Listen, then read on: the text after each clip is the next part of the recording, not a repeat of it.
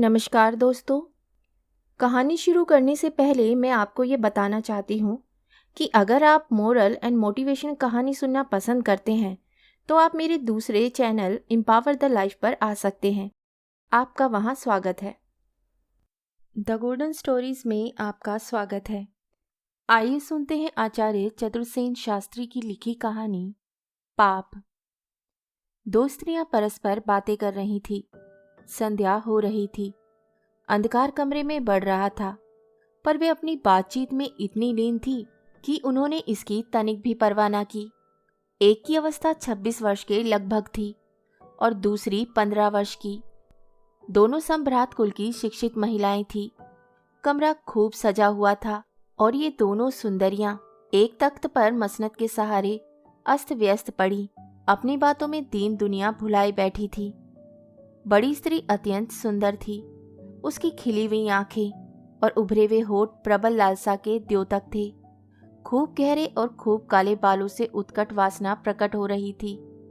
वे खूब मजबूत, मासल और मुस्तैद औरत थी। दूसरी स्त्री अत्यंत नाजुक बदन, अविकसित कली के समान अस्फुट, पीली, दुबली, पतली किंतु सुंदरी थी। उसकी नासिका का मध्य भाग कुछ उभरा हुआ था और आंखें कटाक्ष युक्त थी। छिपी हुई वासना और चांचल्य उसमें फूटा पड़ता था। अभी कुछ मास में उसका विवाह होने वाला था। पति सहवास की स्मृति की एकमात्र झलक ने उसे असंयत कर दिया था।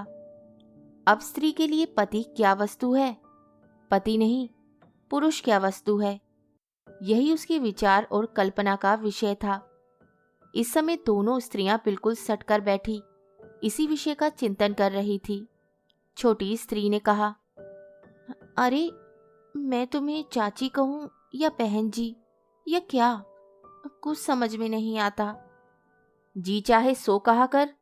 अब ऐसी वैसी बातें करती हो तो चाची कैसे हुई? हाँ सही, बहन जी सही है। अच्छी बात है। अब मैं बहन जी कहा करूंगी।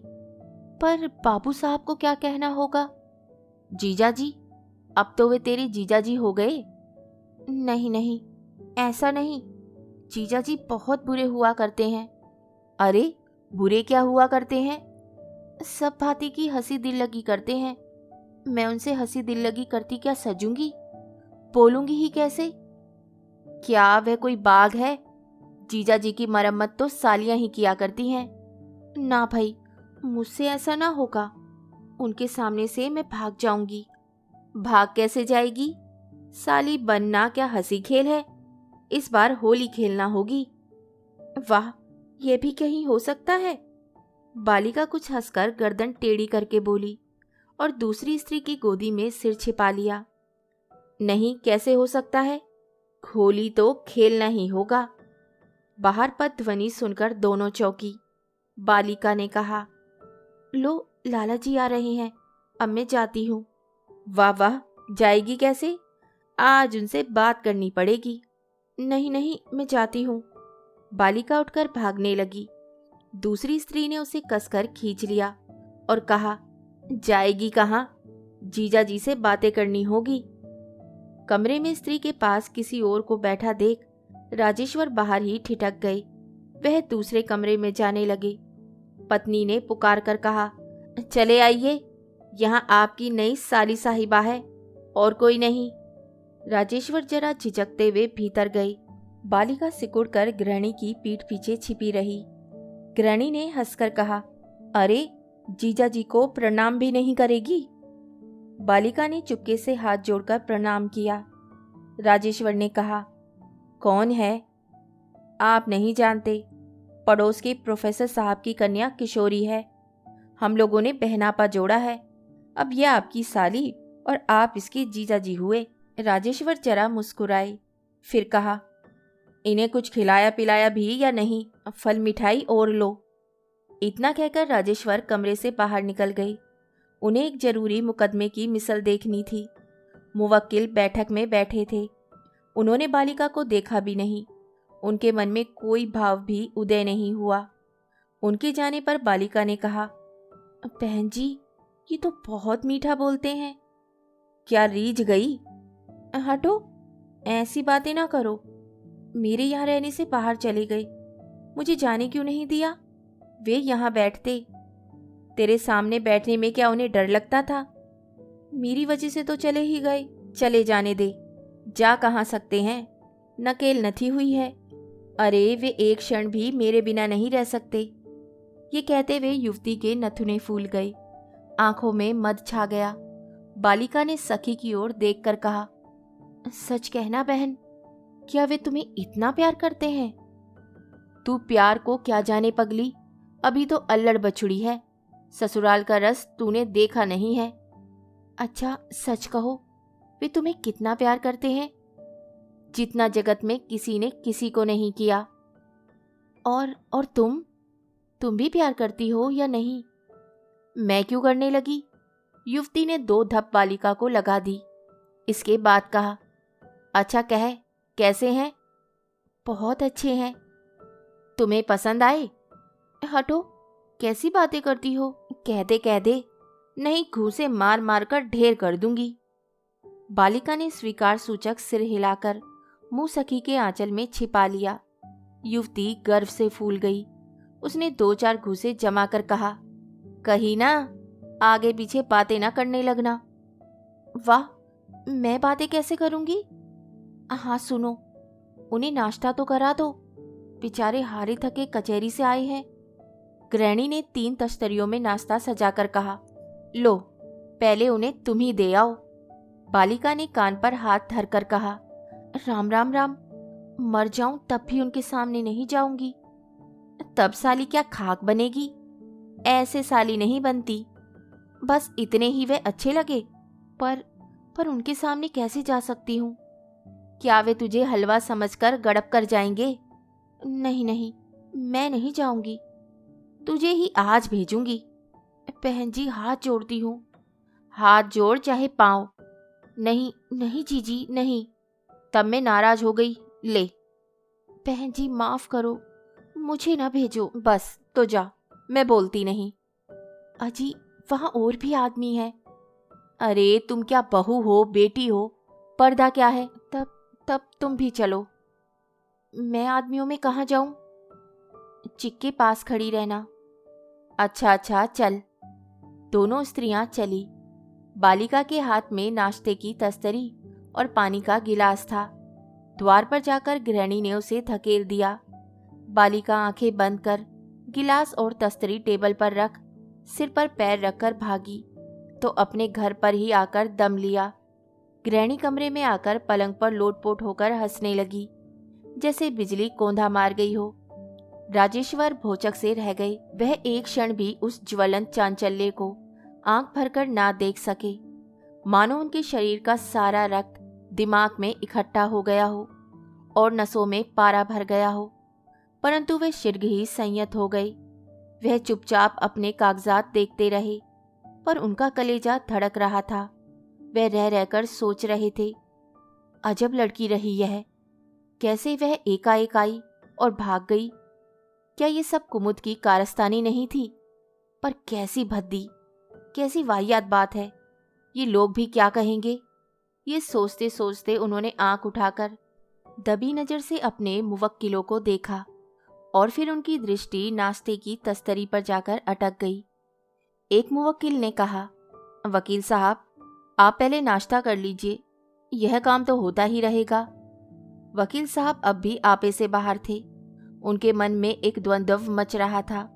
वे अकारण ही हंस पड़े, पीछे अपनी हंसी से स्वयं चौंक भी पड़े। उन्होंने नाश्ते की तस्तरी की ओर हाथ बढ़ाते हुए कहा, आप लोगों के लिए भी कुछ मंगवाया जाए? जी नहीं, आपकी कृपा है। वकील साहब नाश्ता कर फिर कागज देखने भालने लगे, पर उनका मन काम में नहीं लगा। वह मुवक्किलों को विदा कर भीतर आए। देखा कुमुद की आंखें चुपचाप हंस रही हैं और होठ रह रहकर फड़क रहे हैं। उन्हें देखते ही कुमुद खिलखिलाकर हंस पड़ी। राजेश्वर ने कहा, ये क्या बेवकूफ़ी की? कहिए, नाश्ते में स्वाद आया, उसे वहां क्यों भेजा? क्या वे अच्छी नहीं लगी? अरे पर वहां भेजना सरासर बेवकूफ़ी थी। पर थी मजेदार। कुमुद फिर हंस दी। वकील साहब कुर्सी पर बैठकर बोले, यह ठीक नहीं किया। बहुत लोग थे वहां। वे क्या उसके ससुर थे? हंसी की भी एक हद होती है। मर्यादा से बाहर जाना ठीक नहीं। मर्यादा के बाहर क्या हुआ? गैर लड़की को अकेले मर्दों में भेजना ठीक नहीं। पर वह तो आपकी साली साहिबा है, गैर नहीं। मुझे सालियों की जरूरत नहीं। आपकी जरूरत को कौन पूछता है? आइंदा फिर ऐसा कभी ना करना। देखा जाएगा।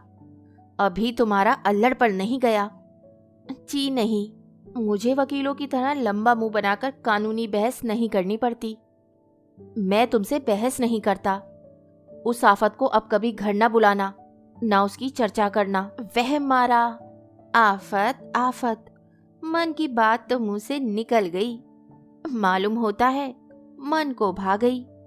वे हंसते हंसते लौट गई। राजेश्वर झुंझलाकर घर से बाहर निकल गए। वे सीधे क्लब गए।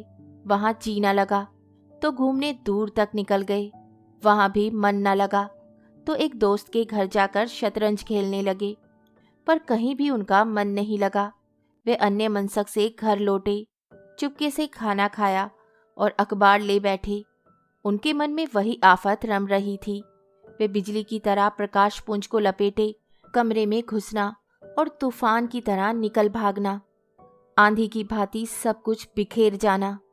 यही सब बातें उनकी दिमाग में हलचल मचा रही थी। वह इस बात पर हैरान थे कि कुमुद ने भोजन के समय न उसकी चर्चा की, न हंसी। उन्हें बहुत आशा थी कि उसकी बात सुनेंगे। वह अखबार लिए आराम कुर्सी पर देर तक पड़े पड़े ऊँघने लगे। झपकी लगते ही देखा वही आफत उसी भांति झपटकर उनके सामने आ खड़ी हुई है। वे हड़बड़ाकर उठ बैठे, मानो उसे पकड़ लेंगे। पर खड़े होकर आंख खोलकर देखा, कुमुद दूध का गिलास लिए खड़ी थी। वह खूब गंभीर बनी खड़ी थी। उसे सामने देख राजेश्वर अपनी बेवकूफ़ी पर झेप गए। वह चुपचाप कुर्सी पर बैठ गए। फिर बेवकूफ़ की भांति हंसकर बोले, मुझे नींद आ गई। जी हाँ, उसी में कुछ सपना देखकर शायद हड़बड़ाकर उठ पड़े, पर सामने कोई और ही खड़ा मिला।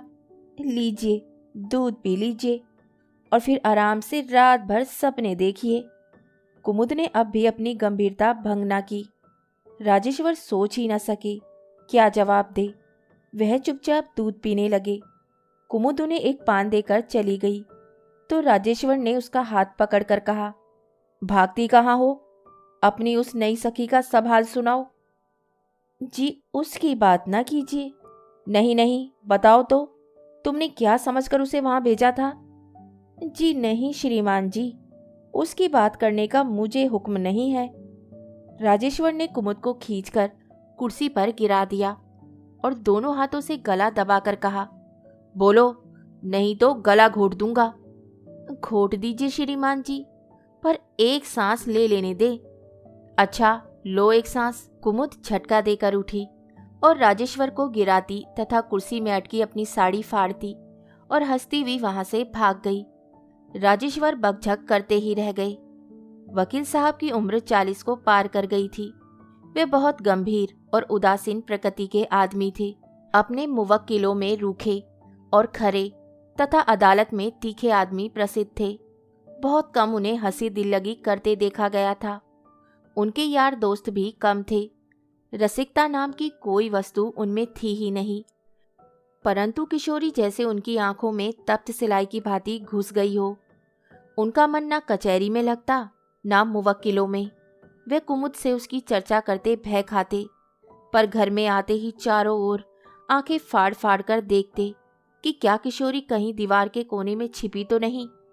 वे बड़ी सावधानी से घर में घुसते। वहां कुमुद किशोरी की कुछ चर्चा करती है या नहीं, इस बात की वे बराबर टोह रखते। कुमुद उनकी सदैव ही प्रतीक्षा करती मिलती। वह मानो मन ही मन पति की इस भावना को समझ गई थी। इसीलिए उन्हें देखते ही उसकी सदा की हंसती हुई आंखें और भी उत्फुल्ल हो जाती थी। दोपहर का समय था। कचहरी की छुट्टी थी। वकील साहब भोजन कर चुपचाप पलंग पर पड़े पान कचर रहे थे। कुमुद नीचे कालीन पर बैठी छालियां काट रही थी। पति पत्नी दोनों के मन में एक ही बात थी, परंतु दोनों ही वह बात कह नहीं सकते थे। कुमुद ये कठिनाई देखकर मुस्कुरा रही थी। वकील साहब झेप कर छिपी नजरों से कुमुद को देख रहे थे। उन्होंने साहस करके कहा, हंस क्यों रही हो? रोऊं क्या? कुछ सोच रही हो? भला क्या बात तुम्हारे मन में है? तुम ही बताओ, तुम तो अंतर्यामी हो। हूं तो, पर बताऊंगा नहीं। जाने दो। कुमुद फिर छालियां काटने में जुट गई। इस बार उसकी हंसी रुक ना सकी। वे मुंह फेरकर हंसने लगी। तुम मुझे बेवकूफ समझती हो, क्यों? बेशक। इसमें आपको कुछ आपत्ति है? मैं बेवकूफ क्यों हूं? क्यों बिना बात राड़ बढ़ाते हो? सो नहीं जाते? ठीक है, तब मैं सो जाता हूं, कहकर राजेश्वर करवट बदलकर सो गए। कुमुद ने और बातें नहीं की। वह वहीं बैठी सरोता चलाती तथा धीरे धीरे कुछ गुनगुनाती रही। मुझसे कुछ सुनने की आशा करते करते राजेश्वर सो गए। आंख खुलने पर उन्होंने सुना कुछ लोग उनके पलंग के पास बैठकर धीरे धीरे बातें कर रहे हैं। क्षण भर बाद उन्होंने देखा कुमुद और किशोरी है। राजेश्वर को जागता देखकर वह सिकुड़कर उठ भागने की तैयारी करने लगी। कुमुद ने एक बार पति की ओर वक्र दृष्टि से देखा, जरा मुस्कुराई और किशोरी का हाथ पकड़कर गिरा दिया। राजेश्वर ने रसिक की भांति कहा, यह हाथापाई क्या हो रही है? क्यों? आपको जामीन किसने बनाया? मेरा घर है, मैं जो चाहूंगी करूंगी। कभी नहीं। अपना घर होने से ही क्या हुआ? किसी पर अत्याचार न कर पाओगी। यह अंग्रेजी राज्य है, समझी? समझी। और आप हैं एक नामी गिरामी वकील, परंतु यहाँ कच्चे मुवक्किल नहीं। वकालत रहने दीजिए, धेला भी नहीं मिलेगा। राजेश्वर उठकर हंसते हुए बैठ गए। किशोरी ने लजाते हुए हाथ जोड़कर प्रणाम किया। राजेश्वर ने उसे आंख भरकर देखना चाहा, पर ना देख सके। वे दूसरी ओर मुंह करके हंसने लगे। कुमुद ने कहा, अब आप खिसकिए। वहां मुवक्किल लोग बैठे हैं, मुंशी कई बार आ चुका है। किशोरी ने धीरे से कहा, जीजी, उन्हें घर से क्यों भगाती हो? कुमुद ने कहा, यह वकीलों की वकालत होने लगी। राजेश्वर ने अब एक बार किशोरी को भली भांति देखा। वे लजाकर सिकुड़ गई। राजेश्वर ने बातचीत का बहुत कुछ आयोजन किया, पर उन्हें कहने योग्य कोई बात ही ना सूझ पड़ी। वह उठकर चलने लगे। कुमुद ने इसी बीच उठते उठते कहा, आपके लिए नाश्ता लाती हूँ। कुमुद उठ गई। किशोरी ने उठकर कुमुद के साथ जाना चाहा, पर वह उठ भी ना सकी और बैठना भी उसके लिए भार हो गया। फिर भी वह चुपचाप धरती पर बैठी रही। बहुत चेष्टा करने पर भी राजेश्वर उससे एक शब्द भी ना कह सके, उसकी ओर देख ना सके। कुमुद तो तस्तरियों में नाश्ता सजा लाई। एक तस्तरी पति की ओर आगे रखकर दूसरी किशोरी के आगे रख दी और मुस्कुराकर उसे खाने का अनुरोध किया। किशोरी वहां से भागने की कोशिश में थी, पर यही सबसे कठिन था। वह कुमुद से और भी अधिक सटकर बैठ गई। कुमुद ने बलपूर्वक उसके मुंह में इमरती ठूस दी। उसने आंचल में मुंह छिपा लिया। ये सभी दृश्य राजेश्वर के लिए असाधारण प्रभावशाली थे। किशोरी घबराकर वहां से उठकर जाने लगी। कुमुद ने बहुत रोका, पर वे चली गई। राजेश्वर मन के उद्वेग को ना रोक कर बोले, उसे नाराज क्यों कर दिया? आपको क्या ज्यादा बुरा लगा? उसे मनाना चाहिए। तब मना लाइए। मैं उसे क्या बोलूंगा? तुम उसे बुला लो। कुमुद ने बाहर आकर देखा, वे खड़ी हुई मिसरानी से बातें कर रही है। कुमुद ने भीतर पति की ओर ताक कर कहा, अब आप बाहर तशरीफ ले जाइए, तब वह आएगी। राजेश्वर चले गए। कुमुद ने किशोरी से कहा, आ किशोरी, वह चले गए, अब क्यों भागती है? किशोरी ने गर्दन टेढ़ी करके जरा हंसकर कहा, उन्हें क्यों भगा दिया? तब बुलाऊं फिर? किशोरी हंसते हंसते कुमुद से लिपट गई। उसने कहा, जीजी, ये तो बहुत अच्छे हैं। पति की इतनी मधुर आलोचना सुनकर कुमुद आनंद विभोर हो गई। उसने किशोरी की तड़ातड़ चुंबन पर चुंबन ले डाले। उस दिन कोई पर्व था। कुमुद बहुत जल्दी उठकर यमुना स्नान को चली गई। महाराजिन उसके साथ गई थी। घर में नौकर छोकरा झाड़ू लगा रहा था। राजेश्वर मीठी नींद में पड़े थे। कुमुद ने उन्हें जगाया भी ना था, बताया भी ना था। वे बहुधा ऐसा ही किया करती थी। आँख खुलने पर राजेश्वर ने देखा बिस्तर पर कुमुद नहीं है। उन्होंने छोकरे को पुकार कर पूछा तो मालूम हुआ वह महाराजिन को साथ लेकर यमुना स्नान को गई है। गाड़ी ले गई है या नहीं, इसका अनुकूल उत्तर पाकर वे फिर आंख मूंदकर पड़े रहे। छोकरा बाहर दफ्तर में झाड़ू लगा रहा था। राजेश्वर चुपचाप पड़े थे। प्रातःकाल का मधु में समीर बह रहा था। उन्हें ऐसा प्रतीत हुआ कि घर में कोई घुसा है। उसके घुसने से घर में सौरभ का प्रसार हुआ है। उन्होंने समझा कुमुद स्नान करके हाथ में बहुत से फूल और चंदन लेकर वापस आई है। उसके सामने अभी तक पड़े सोते रहने का स्वांग करके अहदीपन का खिताब तथा एक आध जलीकटी सुननी चाहिए। कुछ देर चुप पड़े रहने पर भी उन्हें कुछ खटका नहीं प्रतीत हुआ। उन्होंने मुंह उठाकर देखा, द्वार के पास किवाड़ से सटी हुई किशोरी खड़ी है। उसे भ्रम था कि कुमुद सो रही है। वे चुपचाप उसे जगाने की ताक में थी, पर निर्णय नहीं होता था। अब एकाएक राजेश्वर को सामने देखकर वे घबरा गई, पर वे भागी नहीं। उसने अपने को संभाला और मुस्कुराकर राजेश्वर को प्रणाम किया। आज इस समय इस शून्य घर में किशोरी को इस अवस्था में देखकर राजेश्वर के शरीर में प्रसुप्त वासना का एक बारगी उदय हो ही गया। क्षण भर वे श्वास भी ना ले सके। कुछ देर वे उसे देख ना सके, ना एक शब्द कह सके। किशोरी यह देख वहां से खिसक चली। राजेश्वर ने कठिनाई से कहा, जाती कहाँ हो किशोरी, कैसे आई थी? मैं बहन जी को बुलाने आई थी। जमुना जाना था, रात उन्होंने कहला भेजा था। कहाँ हैं? राजेश्वर ने झूठ बोल दिया। ठहरो, वे अभी आती हैं। झूठ कहकर वे मानो थरथर कांपने लगे। उनका कंठ सूख गया। उन्हें मानो ज्वर का वेग हो गया। उन्होंने सूखे कंठ से कहा। किशोरी खड़ी ही रही। वे कुछ भी निर्णय ना कर सकी, ना वे जा ही सकी। इस बीच में राजेश्वर साहस करके उठकर उसके पास आए। उसने समझा वह बाहर जा रहे हैं। वह द्वार से हटकर कमरे में एक और हो रही। हठात राजेश्वर ने उसका हाथ पकड़कर कहा, किशोरी, क्या तुम मुझसे डरती हो? किशोरी के शरीर में रक्त की गति रुक गई।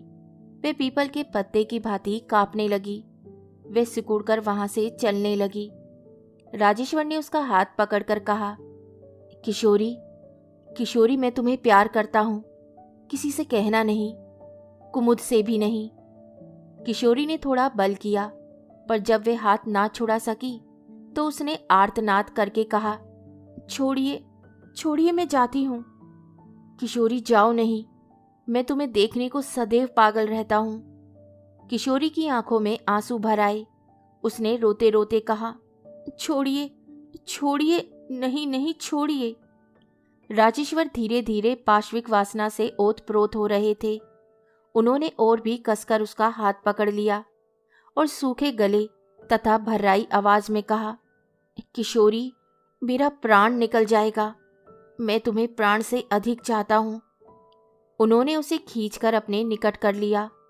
किशोरी भयभीत होकर एक बारगी ही चिल्ला उठी। यह देखकर राजेश्वर ने अपने बलिष्ठ हाथों से उसका मुंह बड़े जोर से दबाकर उसे धरती पर पटक दिया। अकस्मात ऐसा पाश्विक आक्रमण किशोरी न सह सकी। वे सकते ही हालत में करुण दृष्टि से राजेश्वर को देखने लगी। उसके मुंह से शब्द भी ना निकले। धीरे धीरे वह बेहोश होने लगी। राजेश्वर ने उसे अपने हाथों ऊपर उठा लिया।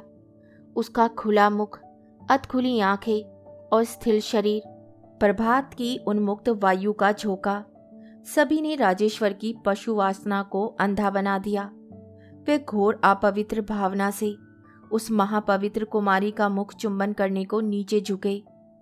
एक तीव्र झंकार से चौकन्ने होकर उन्होंने पीछे देखा। कुमुद द्वार पर भौचक खड़ी है। उसके हाथ से फूल, चंदन और जल की झारी से भरा थाल छूटकर फर्श पर झन से गिर गया। क्षण भर में ही वे सब कुछ समझ गई। वे अग्निमय नेत्रों से पति को देखती हुई भीतर चली आई। राजेश्वर से उसने एक शब्द भी न कहा। वे चुपचाप किशोरी को उसी अवस्था में छोड़कर बाहर चले गए। कुमुद ने किशोरी को झटपट उठाकर पलंग पर सुलाया, परंतु इससे प्रथम ही वह होश में आ गई। वह कुमुद को देखते ही जीजी जीजी कहकर उसके गले से लिपटकर रोने लगी। कुमुद भी खूब रोई। किशोरी ने अंत में कहा, जीजी जीजी क्या वह ऐसे हैं? किशोरी मुझे इसका स्वप्न में भी संदेह ना था। मैं पृथ्वी में सबसे अधिक गर्व अपने पति पर करती थी और उन्हें अपने प्रेम के कवच से रक्षित समझती थी। आज मैंने उन्हें पहचाना। किशोरी मैं बड़ी अभागिन और अधम नारी हूं। नहीं जीजी, ऐसा ना कहो। तुम्हारा इसमें क्या दोष है? सब मेरा ही दोष है। मैंने ही तुझे उनके सामने भेजा, हंसी की और उनमें साहस उत्पन्न किया, पर मुझे क्या मालूम था कि विनोद को भी पापी व्यक्ति पाप के रूप में काम में लाता है।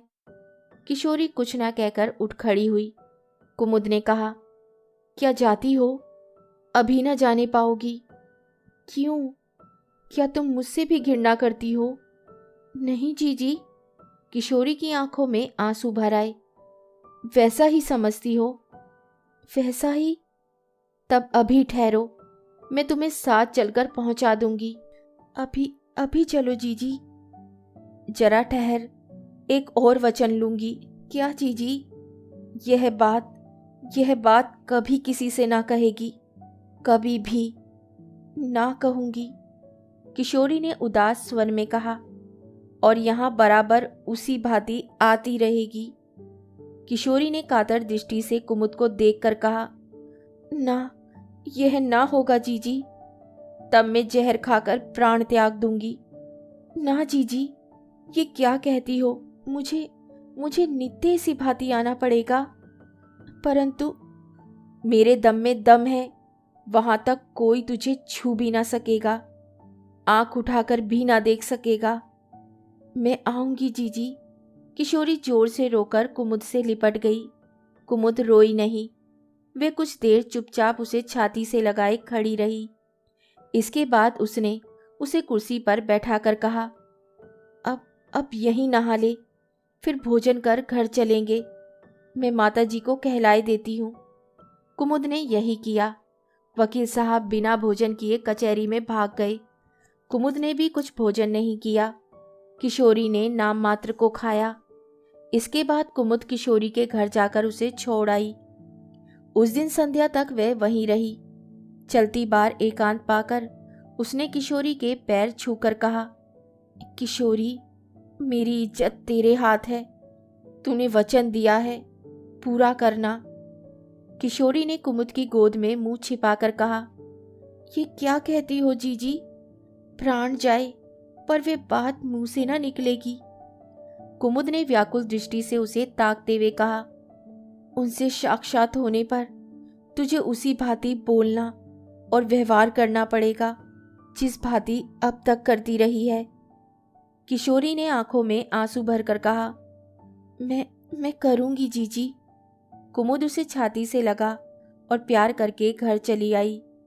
रात को राजेश्वर साहस करके घर आए। कुमुद फर्श पर बैठी कुछ फटा वस्त्र सी रही थी। वे सामने कुर्सी पर बैठकर अकारण ही हंसने लगे। कुछ ठहरकर कुमुद ने कहा, भोजन हुआ या नहीं? मैं जरा किशोरी के घर गई थी। भोजन कर लिया? वे फिर हंसने लगे। कुमुद अपना वस्त्र सीती रही। उसने सीते सीते ही कहा, आप सुबह खाना बिना खाए ही क्यों चले गए थे? अरे वो भूख ही नहीं थी। फिर तुम्हारे तीखे नैनों का भी तो भय था। वे फिर ही करके हंसने लगे।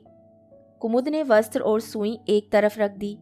वे कुर्सी पर पति के सामने बैठ गई। उसने कहा, आज बहुत हंसी आ रही है, इसका कारण क्या है? कुछ भी जवाब ना देकर राजेश्वर जोर जोर से हंसने लगे।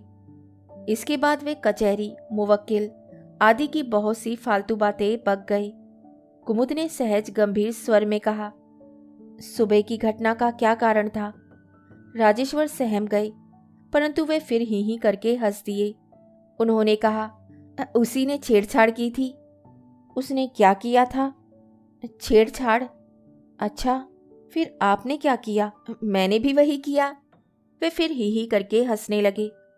कुमुद ने कहा, आपने भी छेड़छाड़ की? की तो। क्यों? कुमुद के प्रश्न का लहजा देखकर वकील साहब जरा सिट पिटाए, पर फिर उन्होंने हंसकर कहा, भाई मेरा क्या कसूर है? वह क्यों आई थी मेरे पास?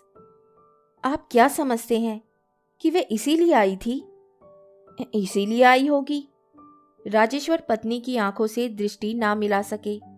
वह इधर उधर देखने लगे, चाहकर भी वे हंस ना सके। कुमुद ने अपने वस्त्र से पिस्तौल निकालकर धीरे से उसका घोड़ा दबाया। यह देख राजेश्वर का रोम रोम कांप उठा। वे कुर्सी से उछलकर खड़े हो गए। उन्होंने चीख कर कहा, यह क्या? क्या तुम मुझे गोली मारोगी? अभी नहीं, मैं ये देख तो लूं कसूर किसका था। जिसका कसूर होगा उसे ही गोली मारी जाएगी। हाँ श्रीमान जी, कहिए, वे क्या इसीलिए आई थी? मैं कैसे कह सकता हूं? तब आपने ये कहा कैसे? राजेश्वर कुछ भी जवाब न दे सके। वे इधर उधर ताकने लगे। कुमुद ने खड़े होकर कहा, बैठ जाइए श्रीमान, आप ठीक ठीक बताइए कि वह क्यों आई थी। यह मैं नहीं जानता। आप अवश्य जानते हैं। मैं नहीं जानता, उन्होंने क्रोध के स्वर में कहा। आप क्या इस समय क्रोध भी करने की हैसियत रखते हैं? कहिए, कहिए वह क्यों आई थी? सत्य कहिए। आप मेरे पति हैं। मैंने आपको देवता समझा है। वह तुम्हें यमुना ले जाने के लिए आई थी। ओह, तब आपने उसे छेड़ा? राजेश्वर ने नीची गर्दन किए धीमे स्वर में कहा, हाँ। उसने क्या किया? मिन्नतें की, फिर भय से बेहोश हो गई। आपने ये कुकर्म क्यों किया स्वामी? राजेश्वर चुपचाप कुमुद के मुख को ताकते रहे। वह बोल ना सके। कुमुद ने कहा, मेरा जीवन, गृहस्थ धर्म, पुण्य सभी अकारत हुआ।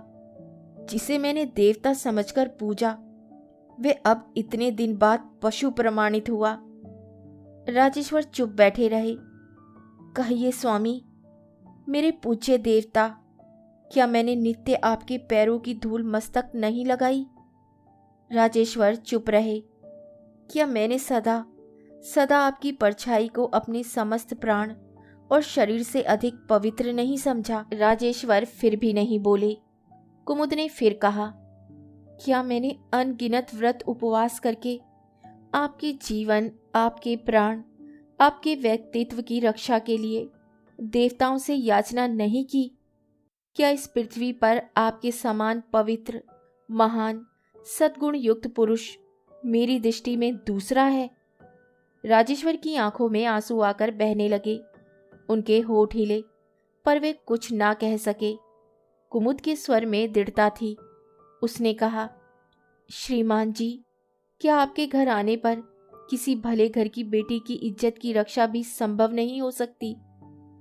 आपकी धर्म पत्नी से मिलने क्या किसी की बहू बेटी का यहाँ आना इतना भयानक है? आप वकील हैं, प्रतिष्ठित हैं, विद्वान हैं। लोग आपको सलाम करते हैं, आपको हुजूर कहकर पुकारते हैं, आपको बड़ा समझते हैं। आप एक जिम्मेदार सद्गृहस्थ हैं।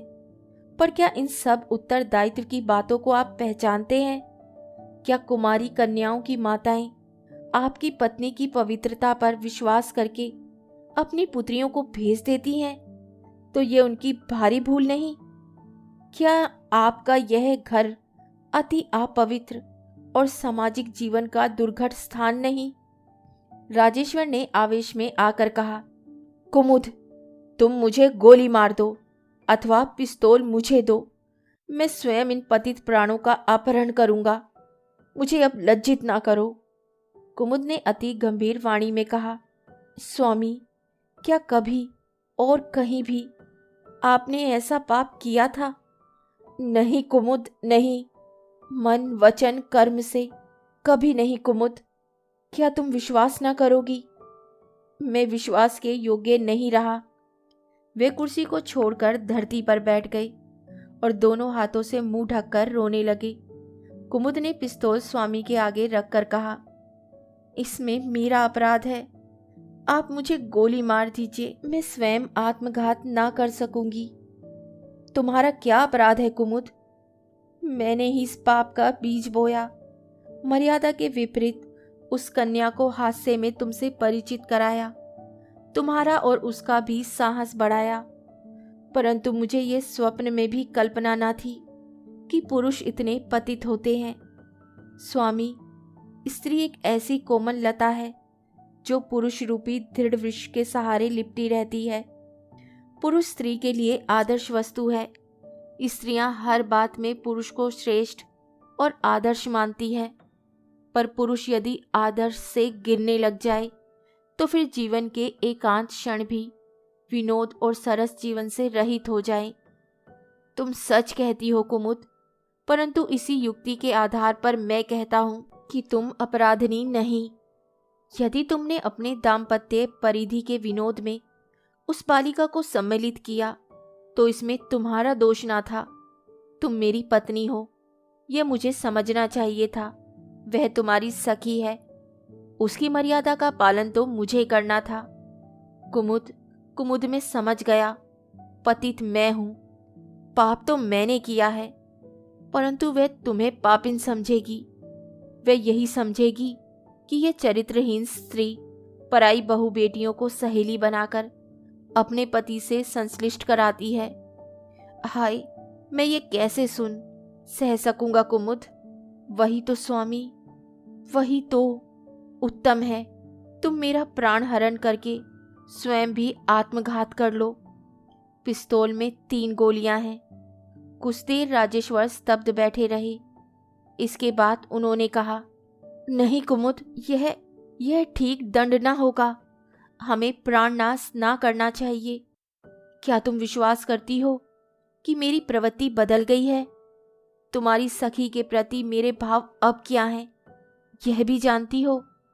हाँ, और सदैव आजन्म संसार भर की स्त्रियों के प्रति मेरे क्या भाव रहेंगे, यह भी समझ गई प्रिय, इस पाप का हम दोनों ही को प्रायश्चित करना पाप होगा।